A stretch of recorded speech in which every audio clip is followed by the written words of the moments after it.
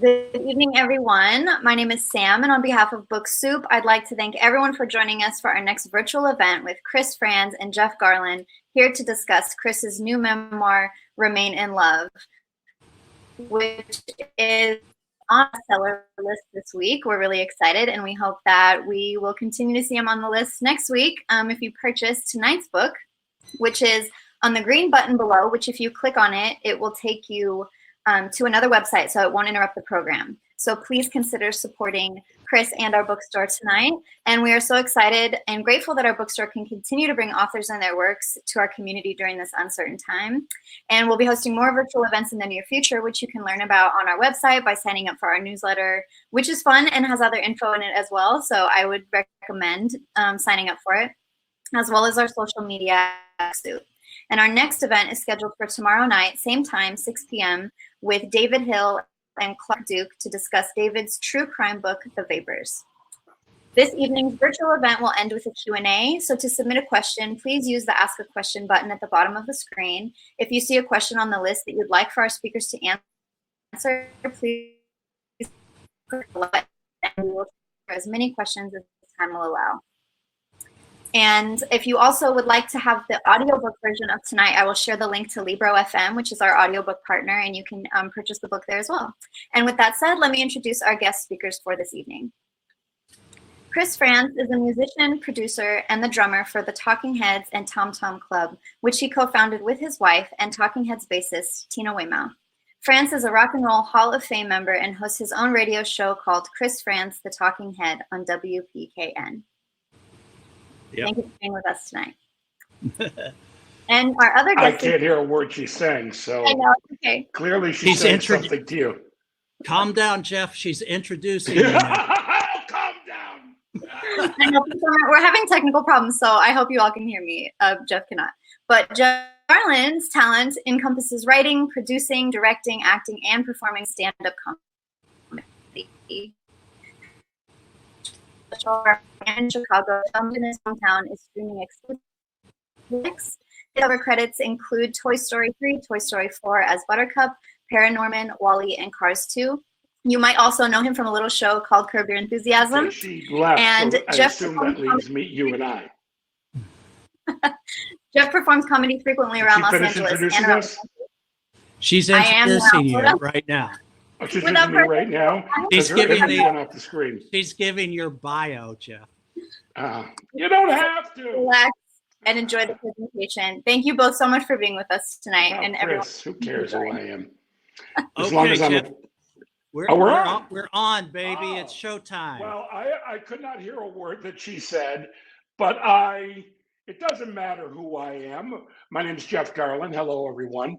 But it only matters if I dig who I'm talking to. I can't believe I'm talking to you, Chris. I am so excited. I'm as excited as any one of these people who are here to watch, to hear about you. I don't know how many of them have read your book.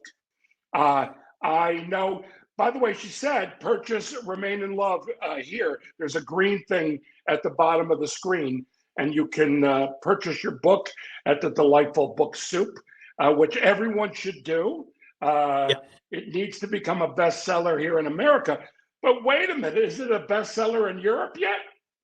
It's a bestseller in the UK. It will be announced on Sunday in the Sunday Times. So we're all ahead of time. So people watching, you can tweet that, and you're ahead of the news.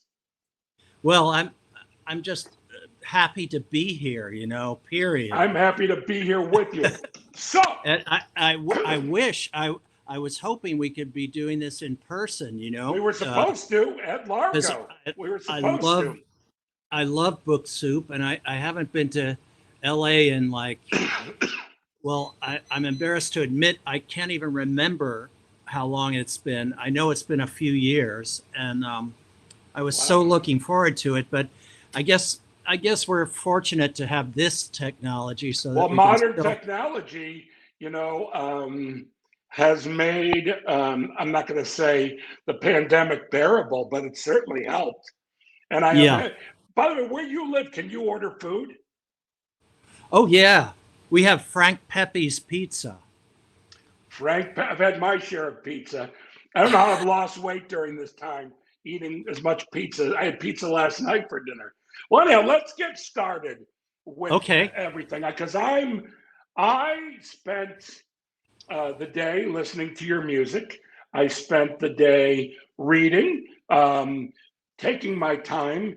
I'm so, as I mentioned to you, I'm at the point where you're on a European tour with the Ramones, and that is fascinating stuff. But what I want to say is, generally, when you read an autobiography, like you start out the book, and this is not spoiling it for anyone, with one specific show. I believe in London. Wait, am I wrong? Actually, it was Rome. Rome, right. It was Rome. I've watched that show on the internet. I've seen it. Yeah. And I'll talk about your wife's dress, not in a lascivious way, but she looked gorgeous in a dress that I find out from your book she made herself. Yes, Tina sewed a lot of her own clothes. Well, this particular outfit, wow, how you focus behind the drums, to have the love of your life there. But we'll get to that. But what I want to say is, the book, after the introductory chapter in Rome, we go into your childhood, and you go all the way through art school. Now, when I read books, that's the part of the book that I'm not that interested in. You want to get to, tell me about the first gig. Tell me about the third album. Tell me about, more songs about buildings and food. But what I want to say is, fascinating. Your childhood, fascinating. Fascinating for, how did you, come up with all those details? There's no way that I could remember 1/100th of those details in my life. You have every person in every room, what they were like, what they're like today. It's fascinating, and all the stories are great. Oh, thank you, Jeff. Well, I guess I'm blessed with a good memory.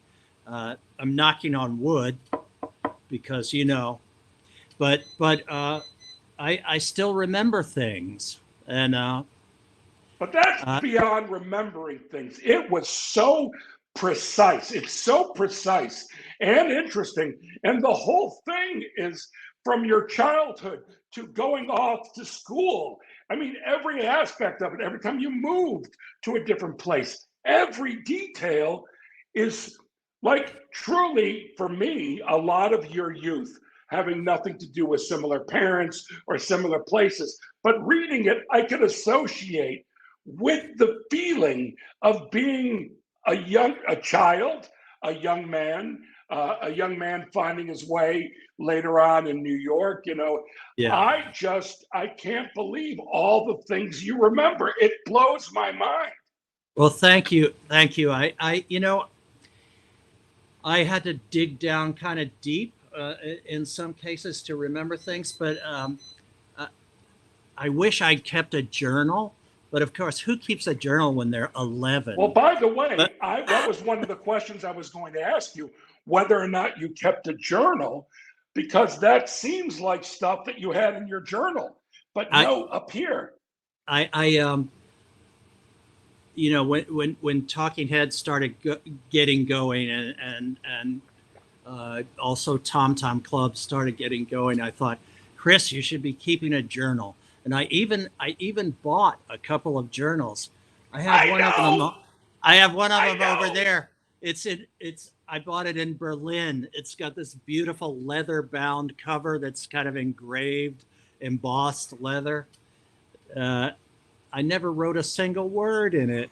I have probably a dozen journals that I've bought over the years, and each one of them either contains nothing, and it's brand new, or one story, one page.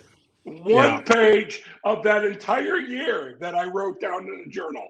Nothing else. Because you have your idealistic self, and then the real person is on the adventures. But the adventures that you had, just your time. By the way, how beautiful is it that you go off, and I love that your dad was impressed, the Harvard of art schools, Rhode Island School of Design. Is that the right thing? Correct, okay. Yes. But your time there was spent with so many teachers and so many other students that inspired you. You were Yes, so inspired I by was. adult figures, and you described them so perfectly from your, and to be inspired like, because most people, when they go to school, are not, the adults around them never trust anyone over 30 because they're always telling you what to do. But you have these brilliant artists embracing you. Yeah, I was very lucky, like you were referring to my childhood. I had this, looking back now, I had a really idyllic childhood. Um, You com- did. compar- You truly did. Compared to many people I've met and, read about, some people had a really harsh and sort of not very much fun childhood. But Mhm. I was very fortunate. Not only did my parents stay together and take good care of me, but we lived in nice places where there were forests and, parks and Yeah, the way interest. you described your backyard growing up, what it meant to you. That's Yeah, pretty beautiful stuff. That I think that and the adults you had around you, how could you do anything? I mean, if you're an artist, but it gave you every opportunity to just flow as an artist. it did. And my parents were very supportive of me being an artist and being, well, first it was music, the school band and playing drums. And, they got me my first drum set for Christmas, but only after I'd been practicing that rubber pad for like a year and a half. But But how many kids stick with the rubber pad? That's the point. You yeah, can be you can be like, here's the room, here you go, and then you stuck with a rubber pad on a piece of wood, and you hit that, and nobody heard it except you. yeah, that's right. It was, but I learned very well that way, and I'm very grateful to my band teacher because I started off on the trumpet, and that wasn't. I thought, oh, I'm going to be like Louis Armstrong or something like that. Of course. What else would you Cha think? cha cha cha. But Yeah. but I couldn't get it. No matter how hard I worked on it, I just wasn't happening. And my drum teacher, he was a guy named Gene Weymouth. He taught the whole band. He was a mallet instrument guy. He played marimba and xylophone and vibraphone and also piano and also drums. But I said to him, Mr. Weymouth, I don't know what it is, but I'm just not getting this trumpet. It's not working out for me. And he said, don't worry, Chris. I've noticed you have an excellent sense of rhythm. What do you say we switch you to the drums? And he's the one that gave me the little rubber pad and the sticks and the elementary book of rudiments. And he gave me lessons, and it worked out much better for me. But you have to understand that doesn't happen. I'll give you my own personal example. When I was in high school, I was picked to be the lead, the man who came to dinner in our theater class, was also my English Wow. teacher. Hold on, don't be wowing. I was so disruptive and I was so ADD that my teacher, I remember when he signed my yearbook, he said, I promise I'll come visit you in jail. Okay, so that's the kind of support that I had. Maybe that's why I went into comedy. But you to have people like that, and like I said, in Rhode Island, you had the same thing. People going, I want to help. Wouldn't it be great if people just did that for kids all the time instead of, I mean, adversity is good. Don't get me wrong. Adversity, and you faced your share of adversity at different points. But to have people support you too, beautiful. Yes. Lucky man. Yes, I've been very fortunate in very many ways. And so now you talk about going to New York to visit first, and then you eventually move there, and lived in different places because of your brother-in-law was very helpful to you back then. But I love how you single out and but you describe all these people. You say, here's what's beautiful. You say what's special about every one of these people. I've never seen, I mean, I'm sure it's been done in people writing autobiographies, but it doesn't feel maudlin. It feels so real. Like, here's this person. What a great person to have in your life. What a supportive person. You know. Well, thank you. But also, here's what I want to talk to you about is the being in New York in the 70s and then watching New York evolve as an artist. You were in New York living there as an artist at the end of when you could be an artist living in New York. Yeah, that's probably true. Well, things were pretty cool for artists in the 70s, and even the early to mid 80s, I think. But then real estate people started making deals, and all the cheap places where the artists lived started to become more and more expensive, and eventually in the 90s the artists were pretty much driven out, and right. The poor people had to move to Brooklyn. And now they're being driven out of Brooklyn by the real estate opportunists, and it's an ongoing problem because who gentrifies a place is the artists and the gays. I mean, that's who makes the places nice. The artists, right? And they're the first ones in always.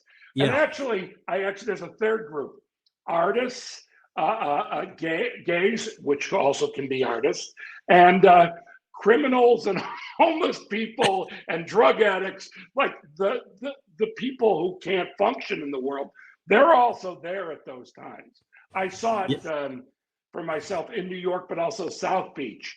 I was doing stand-up there when South Beach first had its thing, and it was all artists, gay people, old Jews, and drug addicts, people selling their drugs. But in the book, you describe what you would see on your corner where you live, which is not the most pleasant thing. But I bet you look back on those days fondly. I do. Now there's a Whole Foods on that corner. Where people were taking dumps? Yeah, a big giant Whole Foods is there, and on top of it, some luxury condos. Mm-hmm. But things change, things evolve. I do miss the good old days, but at least I can remember them. Boy, can you remember them.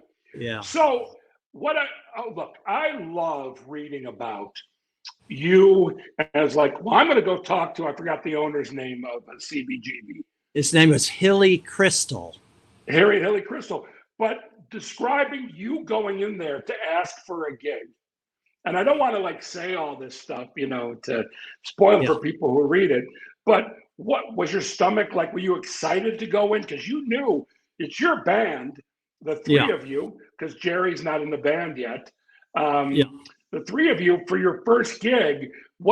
Tell me about that? You're going to ask for your first gig. Well, we had been visiting CBGBs. I went there the first night I moved to New York because a friend of mine who lived catty corner across the street on Bond Street.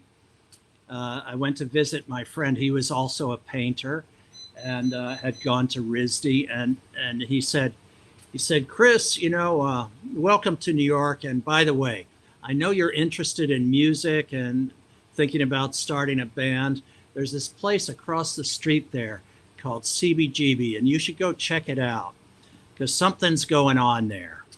So I said, great. And I went that night, and I checked, I think it was a Wednesday night. I walked in, nobody was there. There was a bartender there, but nobody else. It was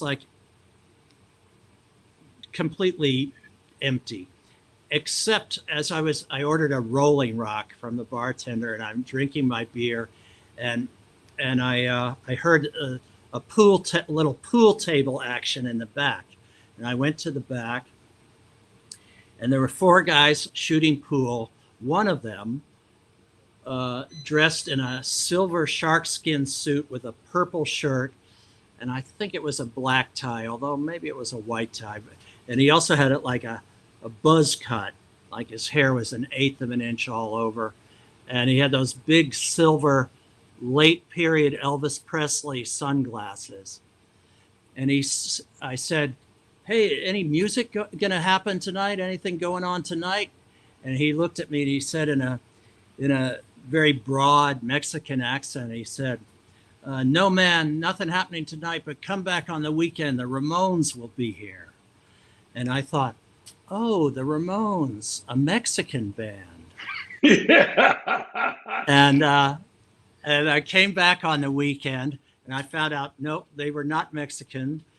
That guy, by the way, who told me to come see them, he was from Chihuahua, and his name was Arturo Vega. And he was the guy who designed all the Ramones graphics, and he was their lighting designer, and he designed their T-shirts, the famous Ramones T-shirt. Right. He did that. And so I came back on the weekend. The Ramones were so great. I love to tell this story. In the early days of the Ramones, they would actually stop in the middle. They were kind of unformed still, and they would stop in the middle of a set and start arguing with each other. Like Dee Dee would say, "No, Johnny, I don't want to play. I don't want to go down to the basement. I want to play. I don't want to walk around with you." and you know, it's just one thing after another. But they were like a little conceptual art project to me, and I loved them immediately, and I still love them today. But then, so I saw the Ramones, thought they were great, and as I was walking out the door, the young lady at the door said to me, "Chris, come back."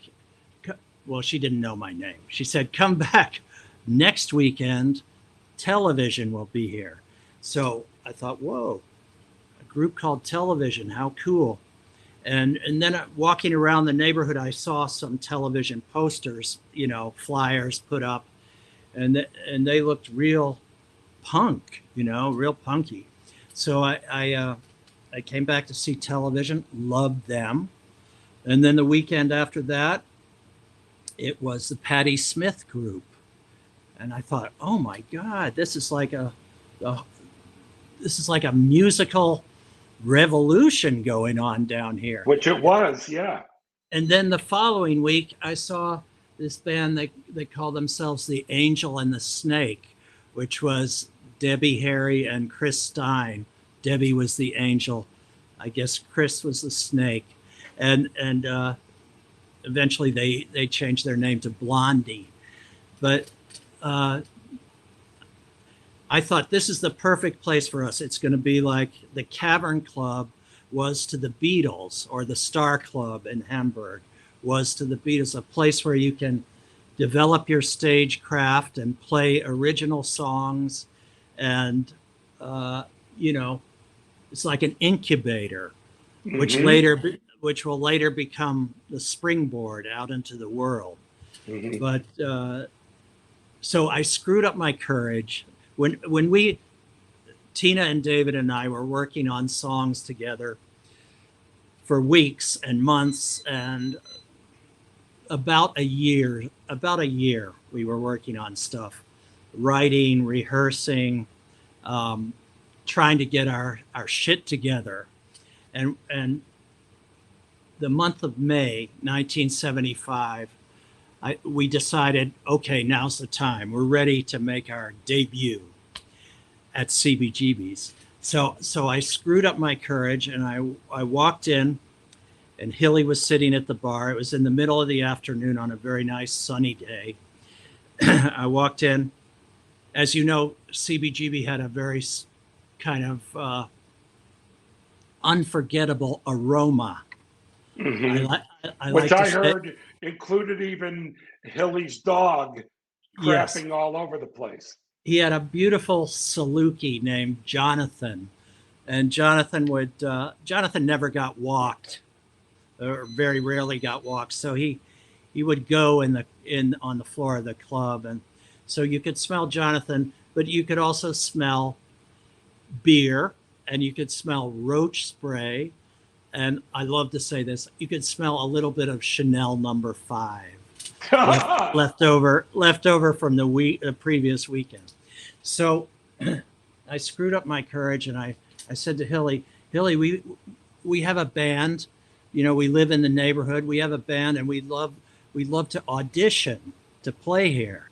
And he said, well, what kind of music do you, he had a very basso profundo voice. He said, well, what kind of music do you play? And I said, oh, we play in a style of our own.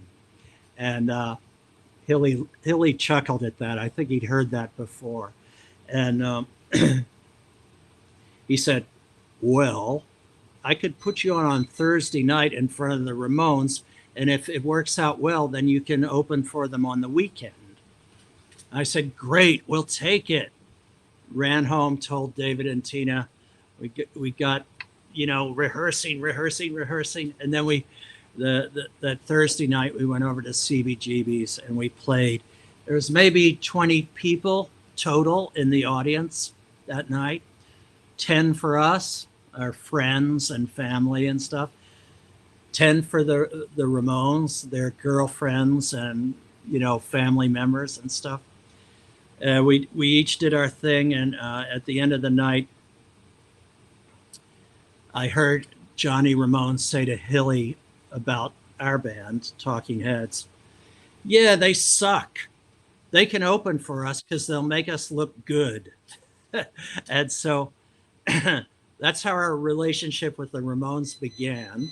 But it didn't get better with him, though, over time. Well, eventually we kind of became friends, but Johnny was basically mean as a snake.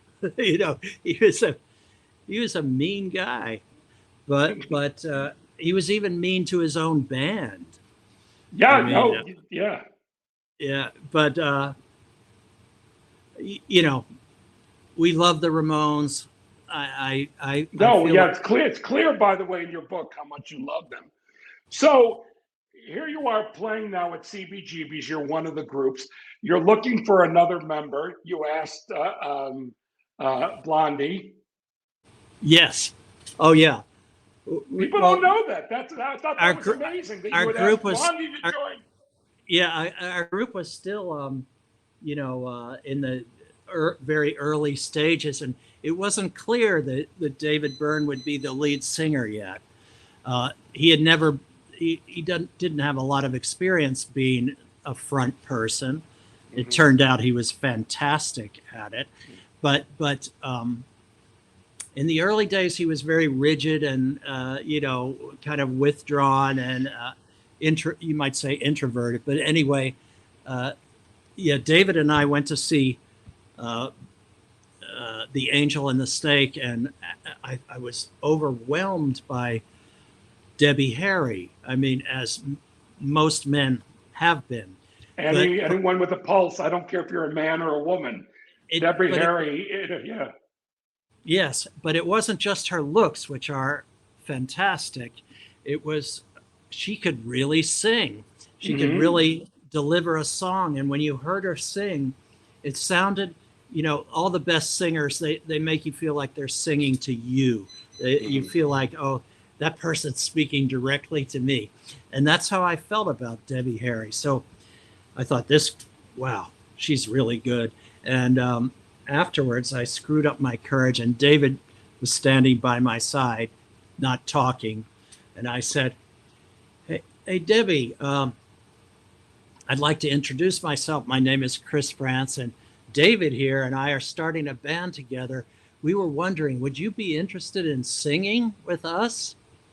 And she looked at me very sweetly and said, well, I've already got a band, but you can buy me a drink. And so I did. And can't remember what she ordered, but it was something.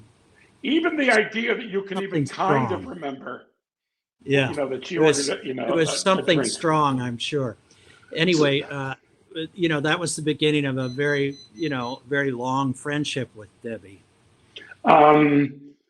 What I also found fascinating, which I find is the opposite now in terms of music, comedy, you guys said, nope, we're not ready for a record deal. You went and did some test recordings, but you waited until you were ready to do the record. Yeah, we had a few people interested in offering us a record deal. They did offer us a record deal. There was all legit, by the way, all truly legit people. Yes, they were legit. But the guy who wanted us the most and made it very clear how much he wanted to sign our band was Seymour Stein of Sire Records. And we had listened to these demos that we made, and we thought, we're just not ready yet, because we were not stupid. We thought, if we make a record now, it's not going to be a great record, and we might not get a second chance. We might that might be the end of it. It's quite rare, though, to be a young person, have your dream, and yet show so much restraint.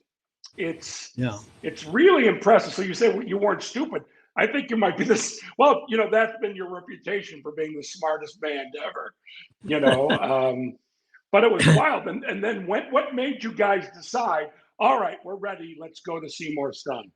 Well, we kept working and working, not just at CBGBs, but also at the Lower Manhattan Ocean Club, and we did a few gigs at Max's, a few gigs out on Long Island. We even played in Toronto. One of our first, out of town shows was in Toronto, Canada, which was fantastic. We played in a little art gallery, but all the cool people from Toronto were there, and so we were doing okay, just without a record. We were doing well enough that we were able to quit our day jobs, and but then we decided, well, we think we're ready now. I think we can do. We all thought we can do this now, and so we made an agreement with Seymour Stein. It was November 1st, 1976. And we met Seymour at the lawyer's office, and he always says that he for the entire 18 months we kept him waiting, he couldn't sleep because he was afraid, somebody from CBS or he was clearly passionate. That's what you want behind you, is somebody passionate. But I want to say something very quickly. Everybody who's watching, it says purchase Remain in Love here underneath. Know that if you click on that and you go buy it, it doesn't take off the conversation. You can still hear and see everything when you're doing that. So, I want to encourage people to get the book. I mean, thank you. I've already bought it, even though I was sent one. I did both, So you record your first, first it was a single. Yes. You went into the studio. We everybody was doing, all the new bands were doing these independent 45s. Patti Smith did one, Television did one. Eventually the B-52s did one. It was fun, totally independent, released by the band itself. So we wanted to do that before we had an album out. We thought that would be good marketing, But Seymour said, "Oh, I'll do it for you."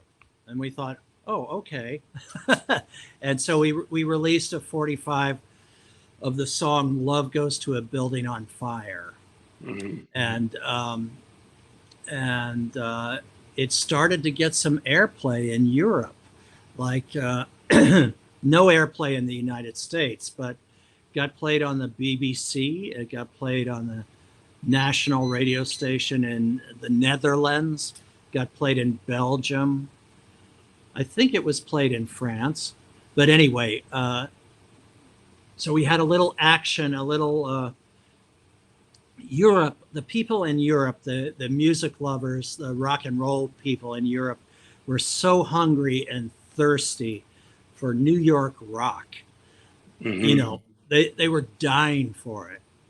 So when we had the opportunity to tour as the support band for the Ramones, Seymour Stein knew, and we also had a good idea that it would be a very successful and worthwhile thing to do. And you had already recorded at that point when you went to your Talking Head 77. You finished it, right? We hadn't finished it, but we hadn't mixed it yet. Okay. We had done most of the recording, like Mhm. It was practically finished except for the mixing and a couple little overdubs. Now, while you're recording the album, something comes up, and that is obviously, which happens as you go through your career. There are certain people that you're teamed up with that don't give a shit. They don't believe in you. They don't pay attention. And one of your co-producers was trying to get you guys sound anything but different. But what you bring up this time, which seems to happen, and I know it happens because I've seen it happen, not specifically with her, is your wife is completely disrespected while doing that by your co-producer. Yeah, he was not very popular with the ladies. Oh, in general. Yeah, and I believe so. I mean, that's what I'm guessing. But yeah, he was rude to Tina, and he was rude to the whole band, to be honest. I mean, there was a picture circulating on the internet today of that first recording session, and Tina's sitting at the console with the engineer Ed Stasium, and Right. the producer Tony Bon Jovi is sitting next to them, just completely ignoring everybody and reading a magazine about airplanes, because at the time he had the #1 hit song in the country, Disco Star Wars by Miko. And do you remember that? Of course I do. I was 12 years old then. No, I was 14 years old. And it was something that when it came on the radio, I turned it off. It wasn't something where I was going, man, dig that beat. Dig that crazy Star Wars beat. Yeah. No, I mean, it was taking this big orchestrated piece of music and making it disco-y, if you will, but not fun. It was stupid. No, but it sold millions. But how do you get to? But you suddenly Talking Heads. The Talking Heads are teamed with the dude who does that. I know. Holy shit! It was not a great match, but we were saved by the engineer, who later became the engineer for the Ramones also. And yeah, his mixes, like it says, Ed Stasium mix on a lot of reissues of Ramones stuff. Yeah, yes. He's a great guy, and he saved us, and he did a wonderful job. And Tony, to be fair to Tony Bon Jovi, uncle of no, hold on. There's nothing to be fair. You told us what song he produced. He's reading while you're recording. He's reading a magazine about airplanes. If you feel the slightest bit guilty, that's your business. But I'm going to speak for you. No. If I was in that studio, I would have just said, dude, get the hell out of here. I don't know how to produce, but I would have gotten rid of him, and you could use that in your other producer. Yeah. Well, in all fairness. he was a guy who was used to working with very slick studio cats, and singers like Donna Summer, that were very, very accomplished singers, and I mean, Never Can Say Goodbye. He produced that with Gloria Gaynor. So he was used to that type of slickness, right? And I can appreciate that type of slickness, but that was not where we were going. All right, I have a very important question to ask you. What is it that keeps beeping in your office, in your room? Oh, I'm really sorry. That's my burglar alarm. There's going in? Is someone going in and out of the house that often? No, it's a low battery. I'm terribly sorry. Is it really obvious? I can. Yes, you can hear it. Ah, shoot! I'm so sorry, but let's just. Now I've ruined everything. Let's just roll with it. Well, by the way, yes, you roll with it. I had to roll with this face my whole life. I understand. So when you came back from Europe was an adventure with the Ramones. And had you ever been to Europe at that point in your life? It was my first trip to Europe, and boy, did I have a good time. David was born in Scotland. Tina's mother was French, and she had spent a lot of time in France and, gone skiing in Switzerland and Norway and stuff like that with her family. But for Jerry and I, it was our first trip to Europe. And I just loved it. I loved it. I still love it. I wish I could go tomorrow. Yeah, we all do. That's a feeling. I have a friend that travels constantly, and her biggest dealing is that she can't go to these faraway places now. Yeah. Especially as a member of the United States. Yeah, I know. They're not letting us in. I don't blame them. No, I don't blame them at all. You get back from Europe and you're mixing your album. You put it together. Did you feel like we got a great shot to have people dig this? What were your feelings about it? Our feelings were that it was a darn good record, and that now the real work begins. And we how are you guys so smart? So smart. Because that's one of the secrets of show business is, once you start getting successful, it gets harder and harder and harder to keep it going. And whatever it's not, it's like, Yeah, we found that out. We found that out because, what do they say? More money, more problems. Yes. But we didn't make, I'm getting ahead of myself. We didn't really make much money in the first few albums. We did very respectably, and we were happy with our situation, but we weren't making like money the way some of the bands were. We were critical darlings, and critical darlings, are you able to buy food and your rent, like just not be extravagant? Yeah. Oh yeah, we were comfortable. Right. We weren't rich, but we could afford to, we could afford to splurge at the grocery store, or maybe even go out to a nice Japanese restaurant or something like that. All right, now I want to make a little jump. We'll come back to the heads, the whole thing, but you're with your wife. You're living with her at art school. She is painting, such as you, and doing other things. Yeah. Tell me the transition into her becoming the bass player.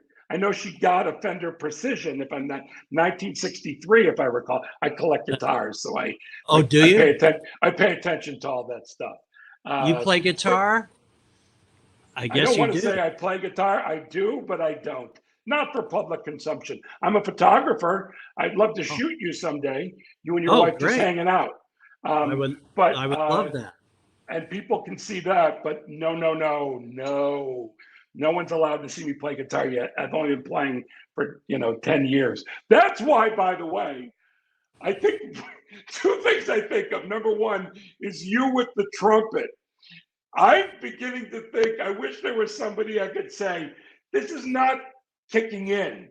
Maybe I should play something else. And maybe they'll say to me, why don't you play the trumpet?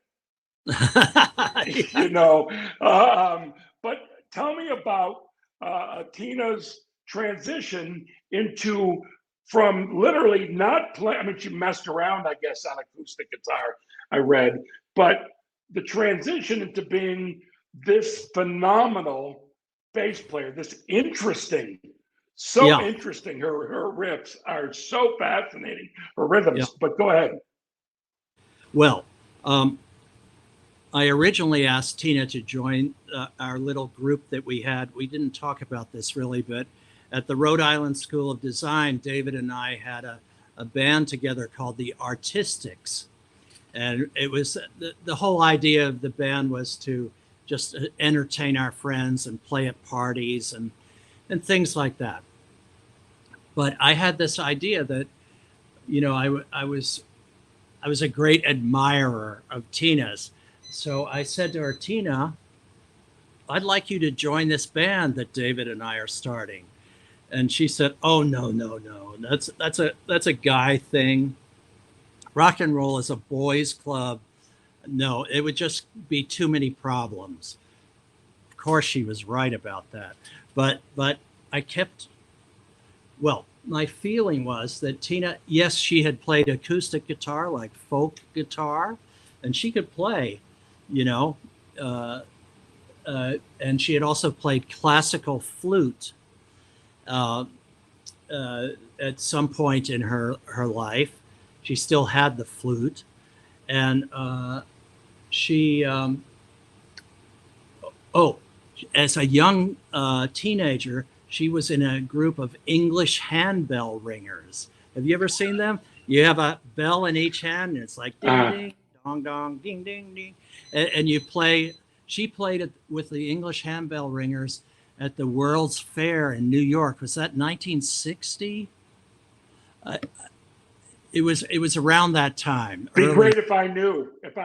Yeah, it was 60. 60 was a big year for bell ringers at the World's Fair. I remember. That's my memory of the World's Fair. So she played it.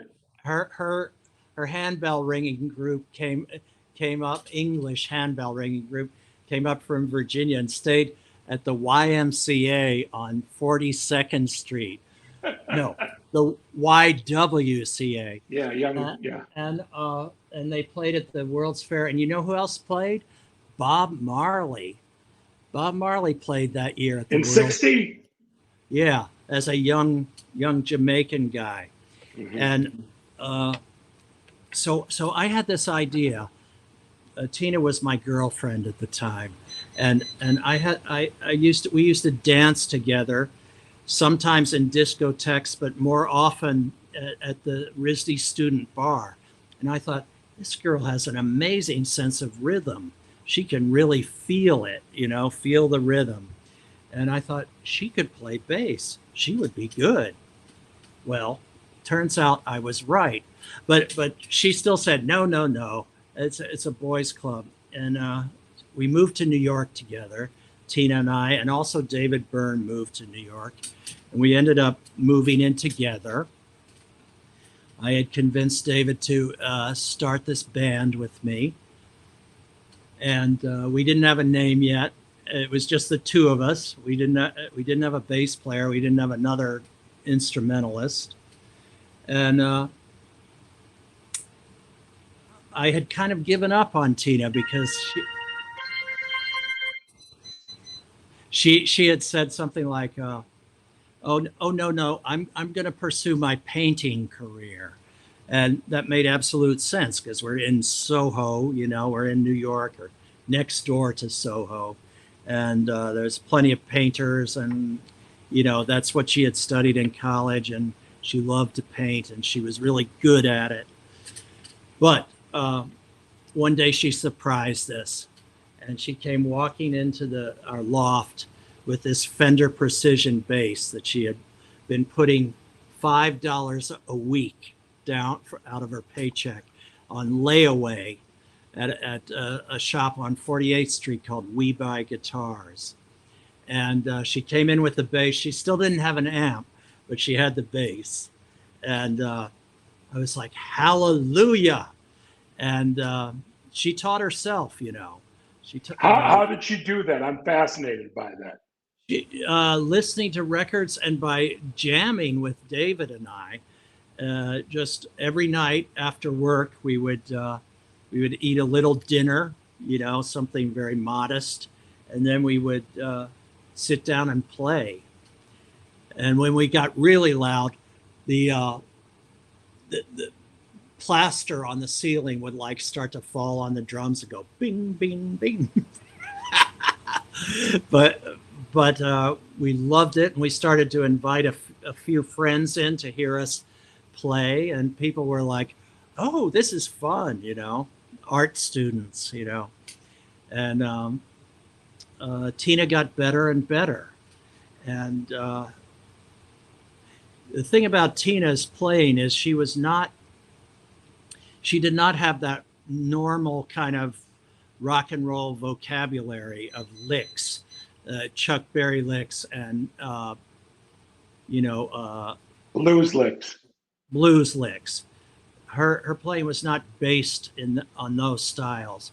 Her playing was more, I would say, classical, but also kind of funky, kind of like funky classical. So I was very happy with her. And very original in the way she plays. Yeah, totally. So I realize now we've gone, let's see here, we're at 51 minutes. And I don't know how the limits, but what I want to do, because there's so many people, I know you've been asking questions on the right, but I'm going to go to the unanswered questions of and I'm just going to go up and down. Chris, what was the most challenging thing about writing the book? That's from Louis Perlman. The most challenging aspect, I think, was getting started. When when it came time to do this, when I decided, okay, let's get real, I'm going to do this book now. I told my manager set up a meeting with a really good literary agent in New York. I had the meeting. The guy said, here's what you got to do. You got to write an outline, and you got to write a synopsis, a précis, you know, and then you got to write like 3 chapters. They don't have to be long, but they have to be really good. So I said, okay, I can do that. I went home. I did that. And he said, I sent it to him. And he said, this timing is perfect. I'm going to the London Book Fair next week. Maybe we can see if anybody's interested. And so he went to the London Book Fair, and I had like 3 offers the first day he was there. So I thought, ooh, timing is good. And then he said, okay, now sit down, write your book. So I sat down, I started to write, and I got this enormous anxiety attack. Maybe this has happened to you, where you feel like... Oh, it has. By the way, I've written a book. That's why I was shaking my head. I had a horrible anxiety, numerous anxiety attacks. Yeah. I thought, people are going to hate this.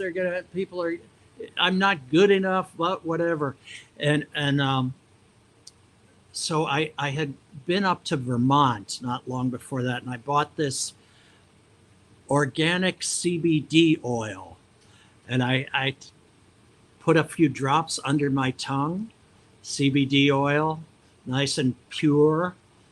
And guess what? My anxiety went away, and I started writing and writing. And anytime that anxiety came back, a little bit more CBD oil. And, by the way, excuse me for interrupting here. So you sound like somebody's grandfather. You know, I use this little CBD oil. The reason I pointed out, you took some big trips, including eating stuff that you shouldn't have, in the book. The amount of stuff that you've done in most people 20 to 25 lifetimes. And so the way you're talking about CBD oil, you think like this newfangled thing the kids like, the CBD. My granddaughter gave it to me. It kind of has that vibe. Yeah, it's funny, isn't it? But that did the trick for me. My anxiety went away, and I was able to write. You know, I can only write a few hours a day, maybe 4 hours, and then I'm done, and I just take the rest of the day off, go to lunch or something. By the way, you say that, but myself and a lot of writers I know, we can write for like 2-3 hours. Like my writing time, literally where I write, is 9 to 12.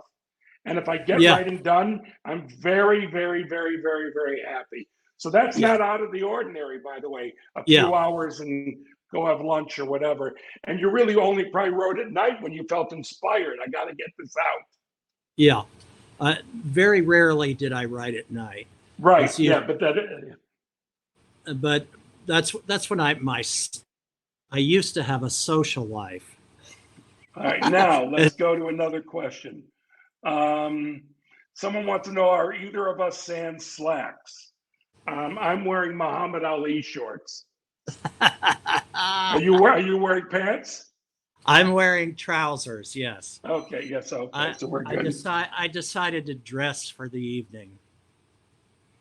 Let's see here. All right.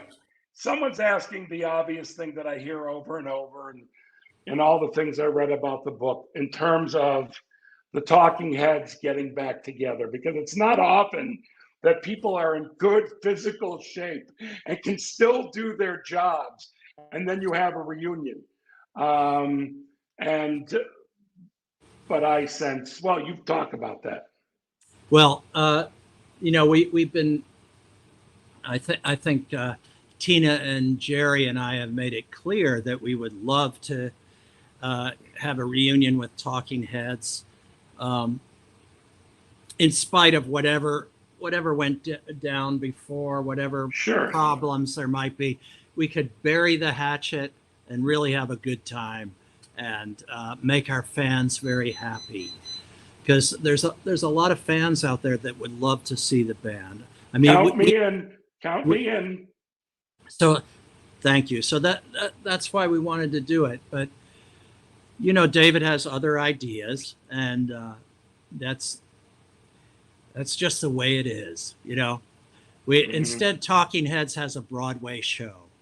Right, because really the exciting moments in that show for the audience, I saw it here in Los Angeles, are when he plays Talking Heads songs. Yeah. That's I haven't been. What if he said to you, you know what? I'll do a reunion, but Chris, you got to walk around and for the whole show. You got to walk all the way around. And this guy, because there's a guy in that band, maybe a nice fella, I don't know. He's got bright red hair. He wears like special makeup on his eyes and stuff. I couldn't stay the whole show because I became obsessed about him. He's all I could pay. I tried not to look at him. I was obsessed. And I see whenever they have pictures of the show or Broadway, there he is right in the middle. And he sings with it. So it threw me. But then the idea of you marching around. So would you say yes if that was the case? I used to love marching band. You did. That's in the book. That is in the book. It was one of my favorite things when I was young, and I still do it today. This is a secret, but I lead the children's parade here in Southport, Connecticut, on the 4th of July with my marching drum. It's one of those parades where the kids decorate their bicycles and their wagons and everything. Perfection, yeah. And so I start off at the head of the parade, playing a Bo Diddley beat, a very sort of jazzed up Bo Diddley beat, and then all the kids go whoosh, right by me on their bicycles, and then I'm at the back of the parade. But I do that every 4th of July. This 4th of July, we had to do it virtually, which was not the same. But No. but I would do that, sure. Look at you! Look at you! There's no reason why it can't happen. No reason, I say, because look, I'd understand him saying no if he didn't play Talking Head songs. Yeah. So it's like, I don't want anything to do with that, fine. But the fact, whatever. All right, new question. I'm going to all questions now. Any future Tom Tom Club plans? Well, we had some secret gigs lined up to play last April, and we were one of them was in Chicago, by the way. Wow. Yeah, but this virus thing happened, and we had to, everybody had to cancel all their plans, and so we don't have any plans at the moment. But when this virus thing calms down, I wouldn't be surprised if we did a little something. Man. Well, I hope I find out ahead of time, because that's pretty fantastic. Fantastic, man. All right. So let's go here. Let's go back again. I think, I have no idea. Can someone come tell me or how much longer I have? By the way, there has been a lot of requests for this. Can your wife come out and say hello? Or has that already been cut from the beginning? I think she's in the hot tub. Even better. Could you please have her come say hello? Because I'd love to see her wrapped in a towel. What do you want? Being yelled at. Yeah. All right. Wow. I'm afraid she's otherwise occupied. By the way, how blessed are you? I guess the word blessed. I'm not a religious guy, but it seems blessed to have this woman from such a young age to share a life with a great woman like that, and share, by the way, particular experiences that most human beings never experience.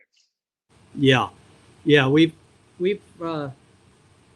it's been sort of an how do you call it, an emotional roller coaster, but yeah, I've been very blessed, Jeff. I mean, not just to be married to Tina and to spend so many years, happy years with her, but also to work with her and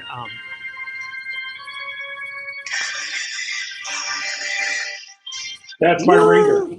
That's my ringer. Is that funny? Theme from a man and a woman. Theme from a man and a woman, which you probably saw in the theater when it came out. I did. That's a very sophisticated ringtone you have. Yeah. But we've been so blessed, and we continue to be. I mean, we're still our romance is still very strong. That's beautiful, man. Well, I just want to say, because that's the point of the book, Remain in Love. But I wish I could talk to you for another 2 hours. But I want to say that I've been noticing questions, and trust me, every one of your questions that I've been seeing are answered in the book. Every one of them. And amazing. Like how people said, how did you meet? And you can just let's just end with that. How did you meet Tina? Because I like this story. I met Tina. Well, you saw her for the first time. Yeah, I saw her for the first time. I was sitting in this little park in the center of the RISD campus, and they call it the RISD Beach. It's like a little grassy park with a big sculpture in it, and the kids would hang out there in between classes, and maybe smoke a joint or just gossip or catch some rays. And I was sitting there with one of the artist models. His name was Charlie the model. He's a great big guy, like well over 6 feet tall, barrel chest, really sweet. And all of a sudden, I was sitting there talking to Charlie the model, and all of a sudden, I see this girl coming down the road, on a yellow bicycle, like an old-fashioned, what we call English bicycle. And she went right by us, and she had, beautiful blonde shag haircut. She had freckles. She had, a smattering of freckles. She had really beautiful legs, and she was wearing cutoff jeans, and she had a striped French The fact sailor that you remember shirt. every one of these details tells us all how much you love this woman, but keep going. So she went whizzing by. She didn't look our way or anything like that. She was looking at the traffic.